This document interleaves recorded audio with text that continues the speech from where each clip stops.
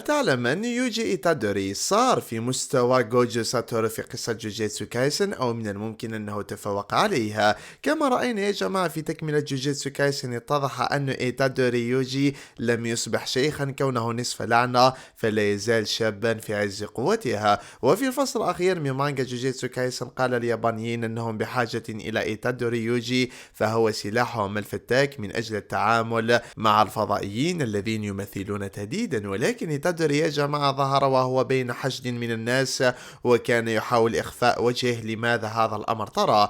السبب المنطقي الوحيد لإخفاء يوجي لوجهه ومظهره هو لأنه مشهور بشكل كبير في اليابان. من الممكن أنه أقوى شخص موجود في اليابان والجميع يعرفه، ولا يحاول أن يثير الأنظار، لذلك السبب فهو متخفي. والسبب الثاني أنه لا يريد أن يكون سلاحا في يد الجهات العليا، مثل ما حصل سابقا مع جوجو الذي كان يعامله فقط الناس كونه سلاحا. لذلك يوجي تعمد إخفاء نفسه لكي لا يتدخل في شؤون الجهات العليا ويتصرف وفق إرادتها. أخبرني برأيك في التعليقات، ونلتقي قريبا إن شاء الله.